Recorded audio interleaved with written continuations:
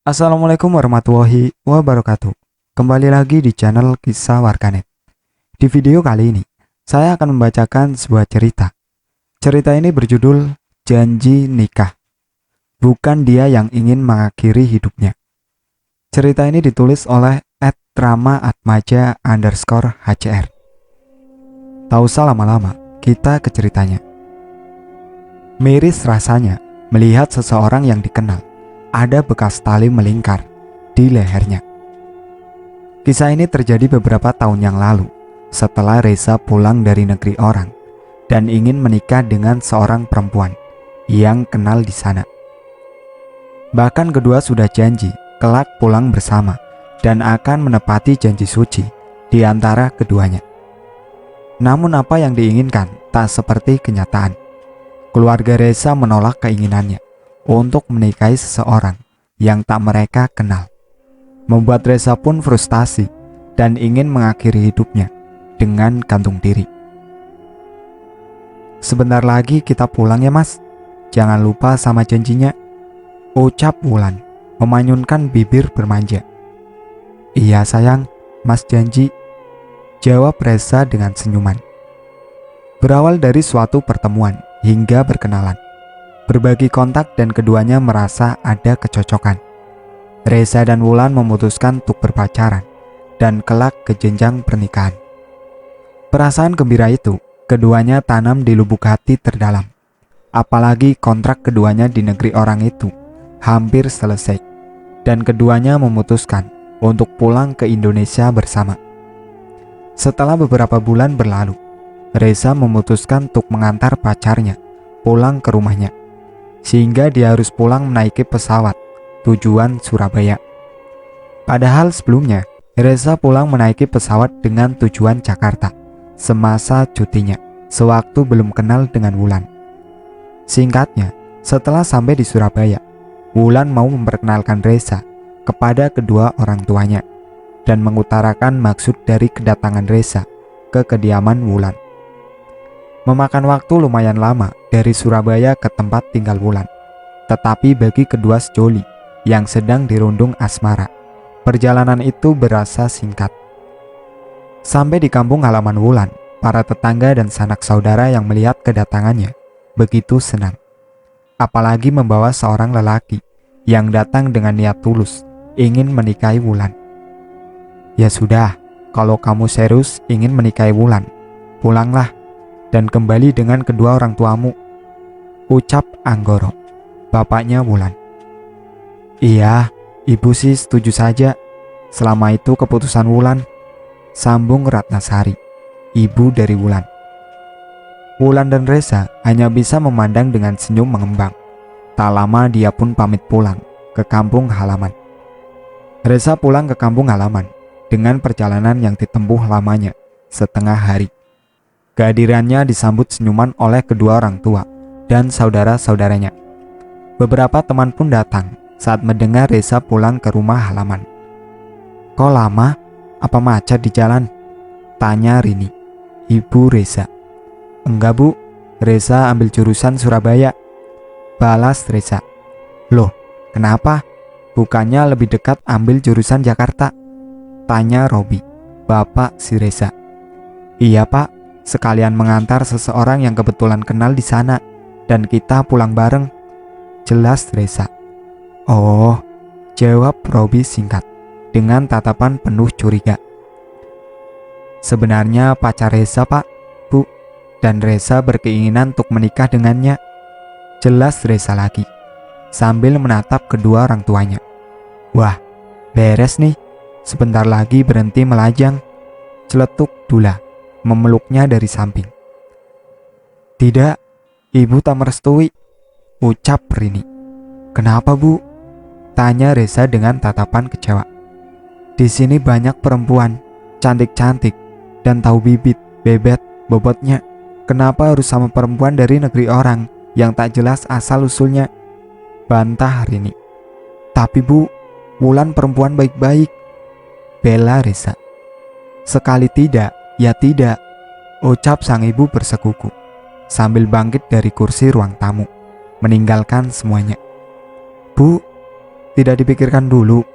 Tanya Robi. Sudah Pak, perempuan yang pergi ke negeri sana kan umumnya bukan orang baik-baik. Walaupun tadinya perempuan baik-baik, tapi kalau sudah di sana dan termakan pergaulan, balas Rini dengan nada teriak.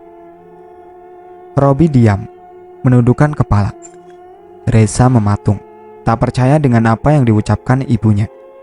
Sabar Res, nanti aku carikan pacar atau calon istri buatmu, ucap Dula, menenangkan Reza, mengelus punggungnya. Iya Res, nanti malam aku antar cari perempuan, sahut Derajat, teman Reza yang duduk di samping Dula. Kakak, adik, dan Robi langsung beranjak dari ruang tamu, meninggalkan Reza dalam tatap sedih dan kecewanya. Mereka memilih pergi dan membiarkan agar teman-teman Reza yang bantu menenangkannya. Loh, kamu lihat sesuatu yang beda dari diri Reza? Tanya Derajat berbisik. Hus, jawab Dula, agar omongan Derajat tak didengar Reza. Reza langsung bangkit dari tempat duduknya, meninggalkan kedua teman memasuki kamar. Kedua temannya bertanya, tetapi dia tak menjawab, tak melirik. Kedua temannya bingung, saling tatap, lalu bangkit dari tempat duduknya.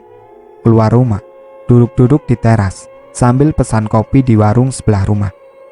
Reza frustasi, bingung dengan apa yang akan dia beritahukan kepada Wulan dan keluarganya. Reza duduk di atas ranjang, menjambak rambutnya dengan kedua tangan. Ponsel di atas meja terus bergetar, tetapi Reza tak berani mengangkat ponselnya. Dia tak berani mengangkat, lantaran belum tahu apa yang akan diucapkan pada Wulan. Getar ponsel berhenti, Reza bangkit mendekati ponselnya. Dia melihat beberapa kali Wulan mencoba telepon. Dengan sedikit keberanian, Reza mengirim pesan singkat yang menjelaskan kalau orang tuanya tak merestui. Rumah Wulan ramai sanak saudara, kerabat dan tetangga main ke rumahnya. Berita menikahnya Wulan sudah menyebar. Keluarganya pun sudah menyiapkan kebutuhan tamu yang akan datang, seperti membeli bahan pokok yang mereka simpan. Dan kelak kalau Reza dan keluarga datang, keluarga Wulan akan menyambutnya dengan masakan khas daerah mereka. Calon pengantin perempuan di kamar terus, celetuk sang bibi kala melihat Wulan baru keluar dari dalam kamar. Wulan hanya membalasnya dengan senyuman. Lan, si Reza benar kan? Sudah sampai rumah? Tanya Anggoro. Dijawab anggukan oleh Wulan. Terus kapan mereka mau kesini? Tanya Ratnasari. Entah bu, Mas Reza nggak angkat teleponku, jawab Wulan sambil duduk di sebelah bibinya. Ya sudah Nduk, mungkin lagi temu kangen dengan keluarganya dulu. Yang penting sudah selamat sampai rumah, ucap bibinya tersenyum sambil memegang pipi Wulan. Jangan khawatir Lan, abang itu siap jadi cadangan kalau tuh orang tak berani datang, celetuk teman kecilnya sembari tertawa. Dan kondisi dalam rumah langsung dipenuhi oleh canda tawa. Wulan meninggalkan ponselnya di kamar. Ia tak tahu kalau Reza mengirimkan pesan. Wulan hanyut dalam angannya. Ia menghayalkan pernikahannya dengan Reza, sembari bersenda gurau dengan semuanya. Dulo dan Derajat asik ngopi sambil rokok di teras rumah. Marno, kakaknya Reza, dan Atar, adik Reza, keluar rumah. Marno ikut gabung dengan Dulo dan Derajat, sedangkan Atar pergi main. Rini sedang asik masak di dapur. Robi menonton televisi, sedangkan Reza semakin frustasi.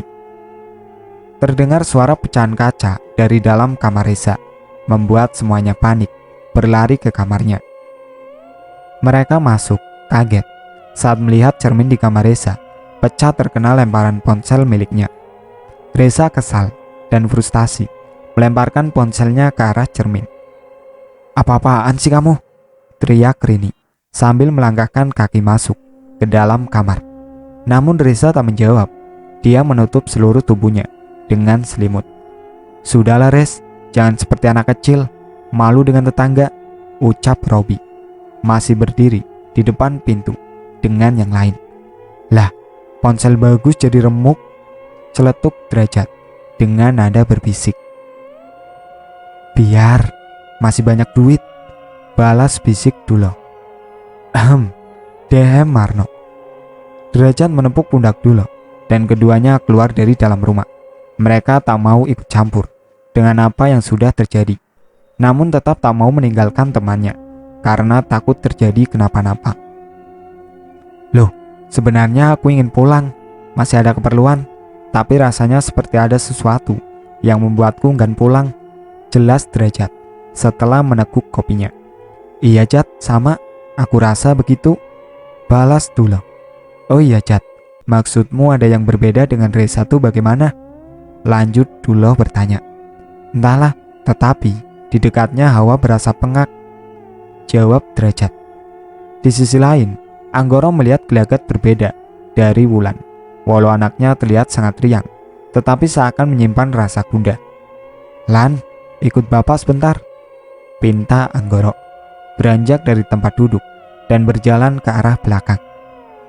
Wulan segera bangkit dari duduknya, mengikuti sang bapak yang pergi ke belakang. Dilihatnya sang bapak berdiri di antara pintu dapur. Duk, kamu gak usah khawatir dengan keselamatan Reza. Sepulangnya dia dari rumah kita, bapak sudah menyuruh salah satu makhluk perewangan untuk mendampinginya agar selamat, baik pulang maupun kesini lagi, ucap Anggoro. Iya pak, jawab Wulan menunduk. Ya sudah, kita kembali, gak enak, masih banyak tamu, ucap Anggoro lagi sambil memegang pundak Wulan. Dan keduanya kembali ke ruang tamu. Rupanya tanpa Reza sadari, dia pulang membawa makhluk tak kasat mata. Makhluk yang awalnya disuruh untuk menjaga, namun makhluk inilah yang nantinya mengincar nyawa Reza. Wulan dan Anggoro kembali kumpul dengan yang lain, bersendaguro, membicarakan kelucuan apa saja yang perlu diobrolkan. Tak lama, satu persatu dari para tamu pun pulang, dan rumah kembali menjadi sepi. Ratnasari dan Wulan membereskan piring dan gelas dari ruang tamu, membawanya ke dapur. Anggoro keluar rumah, duduk di teras, sembari ngopi dan merokok. Biar ibu saja Lan, kamu istirahat saja, pinta sang ibu. Iya bu, balas Wulan mencuci kedua tangan, lantas beranjak dari dapur menuju kamar. Setelah masuk ke dalam kamar, tujuan awalnya mengecek ponsel. Dilihatnya ada satu pesan masuk. Wulan membuka kunci ponsel, membaca pesan masuk yang ternyata datangnya dari Reza, yang mengatakan kalau kedua orang tuanya tak merestui hubungan mereka. Wulan diam, kaget, tak percaya. Dadanya berasa sesak, seakan terhunus pedang beberapa kali. Tanpa sadar, air mata membasahi pipinya. Wulan menangis, isaknya terdengar oleh Anggoro. Anggoro langsung memadamkan api rokok, bergegas ke kamar Wulan yang berada di sebelah ruang tamu, kamar paling depan yang ada di rumahnya. Walau Wulan menangis dengan suara teramat kecil, namun terdengar oleh Anggoro yang memang duduknya berada di teras tepat depan kamarnya Wulan. Anggoro masuk ke dalam kamar Wulan. Didapati anak sematawayangnya duduk membelakangi sambil memangku ponsel yang terlihat pantulan cahayanya. Ada apa? Tanya Anggoro, mengelus punggung Wulan, duduk di atas ranjang, di belakang samping Wulan. Mas Reza pak, Mas Reza, balas Wulan. Iya, kenapa dengan Reza? Tanya Anggoro lagi. Mas Reza tak dapat restu dari kedua orang tuanya, jelas Wulan sambil mengusap air mata yang menggenang. Coba tanyakan baik-baik, ke depannya mau bagaimana? Pinta Anggoro. Gak bisa pak, nomor Mas Reza tidak bisa dihubungi. Wedus, umpat Anggoro. Berani main-main dengan keluarga Anggoro, lanjutnya. Sudahi tangismu, tak pantas kau keluarkan air mata untuk lelaki sepertinya. Dan ingat, besok dia akan datang ke sini, mengemis belas kasih darimu, lanjutnya lagi, dengan nada kesal. Anggoro bangkit dari ranjang, melepaskan kedua tangannya dari pundak Wulan. Dia berbalik, dan ternyata ada Ratnasari berdiri di antara pintu kamar Wulan dengan tangisan. Dia berjalan keluar kamar sambil berucap, "Tenangkan anakmu, ada hal yang akan kulakukan." Pintanya menatap Ratna, lalu kembali berjalan keluar dari kamar. Ratna mendatangi anaknya, mencoba menenangkan Wulan. Wulan terseduh, meletakkan kepalanya di atas dada sang ibu. "Sudah, Nduk, di sini masih banyak lelaki, jadi kamu harus kuat," ucap Ratna, mengelus rambut anaknya. Marno pun sama, dia agak kesal dengan tingkah Reza. Dia marah, namun memilih meredam amarah dan langsung keluar rumah. Satu persatu, Rini memungut pecahan cermin ke ember plastik kecil, namun secara tiba-tiba. "Astagfirullah," ucapnya setengah teriak saat jarinya tergores pecahan cermin. Rini menghisap jari telunjuknya yang terluka agar darah tak lagi keluar, lalu membawa pecahan cermin, membuangnya di belakang rumah. Perlahan ia menunduk sambil sedikit demi sedikit memindahkan pecahan cermin ke dalam tong. Namun rasanya ia tak sendiri. Perlahan Rini melihat ke belakang. Ia mendapati sosok hitam pekat, layaknya sebuah bayangan, berdiri menghadap ke arahnya. Rini kaget, mempercepat pekerjaannya dan pergi dari belakang rumah, lalu kembali masuk ke dalam rumah. Belakang rumah yang gelap karena tak ada cahaya masuk dan hanya lorong kecil selebar 1 meteran. Lalu sampingnya rumah tetangga yang menghadap utara, menghadap gang, sedangkan rumahnya menghadap timur atau ke jalan. Di depan teras, rokok dan kopi mereka sudah habis. Keduanya tak mengucapkan satu patah kata pun semenjak keluar dari dalam rumah. "Loh, pulang dulu yuk, sudah sore. Tapi kamu yang bayar, aku nggak bawa uang," ucap Derajat, membuka obrolan dengan senyuman. "Alah, lagu lama, memang sudah biasa kalau keluar rumah tidak pernah bawa uang," sindir Dulo, dibalas tawa kecil oleh Derajat. Keduanya hendak bangkit dari tempat duduk, namun Rini tiba-tiba duduk di samping Derajat dengan wajah penuh keringat. Keduanya hendak bangkit. "Kenapa, Bu?" tanya Derajat. "Nggak kenapa-napa," balas Rini dengan nafas terengah dan memalingkan wajahnya. Rini fokus melihat ke arah jalan, pandangannya kosong, mengatur nafas. Keringat bercucuran dari keningnya tanpa diusap sedikit pun. "Kita pamit dulu, Bu, gampang main lagi," ucap Derajat. "Iya, Bu, ayo," timpal Dulo. "Iya, terima kasih," jawab Rini tanpa memandang. Dulo dan Derajat saling pandang, mulai berdiri sambil membawa gelas masing-masing. Keduanya berjalan keluar gerbang, menemui ibu pemilik warung yang ada di samping rumah itu, membayar kopi, dan pulang ke rumah masing-masing.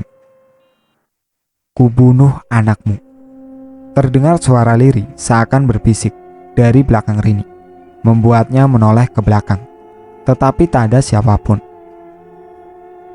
Beralih ke rumah kediaman Wulan. Selang 1 jam, saat Anggoro meninggalkan kamar Wulan, dia kembali masuk ke dalam kamarnya. Nampak Ratna masih menenangkan Wulan. "Lan, bagaimana perasaanmu sekarang?" tanya Anggoro mendekati anaknya yang menunduk dengan wajah tertutup rambut. "Aku puas, Pak. Aku tahu bagaimana rasanya benci yang teramat dalam untuk seseorang," jawab Wulan mendongakkan wajah ke belakang dengan senyum mengerikan. Ratnasari kaget, tak mengerti dengan apa yang terjadi. Ia sampai bangkit dari duduknya, tak percaya. Ratna mengira Wulan tertidur sambil duduk dalam kesedihannya. Tetapi situasi seketika berubah. "Oh, bagus. Jadi bagaimana caramu menyambutnya besok?"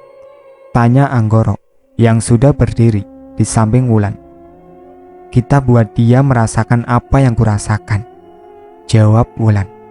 Ratna berdiri, memandang suami dan anaknya sambil bersender di dinding kamar.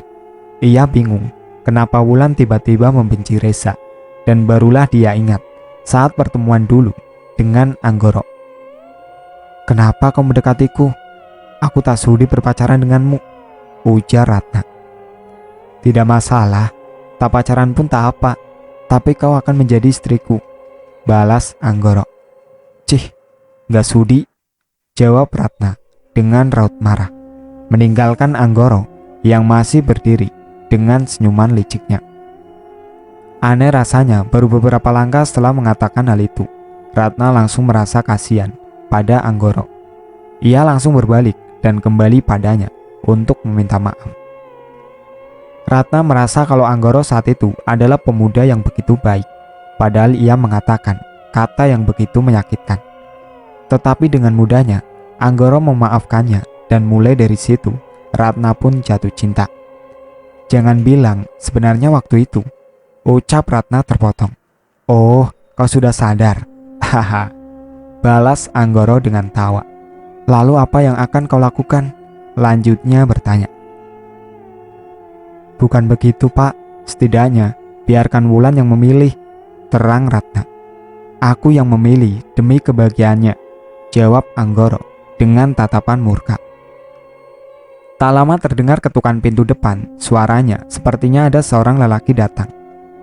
Kail yang kupasang sudah mendapatkan ikan, gumam Anggoro dengan senyuman. Ratna melihat bingung dengan apa yang suaminya gumamkan.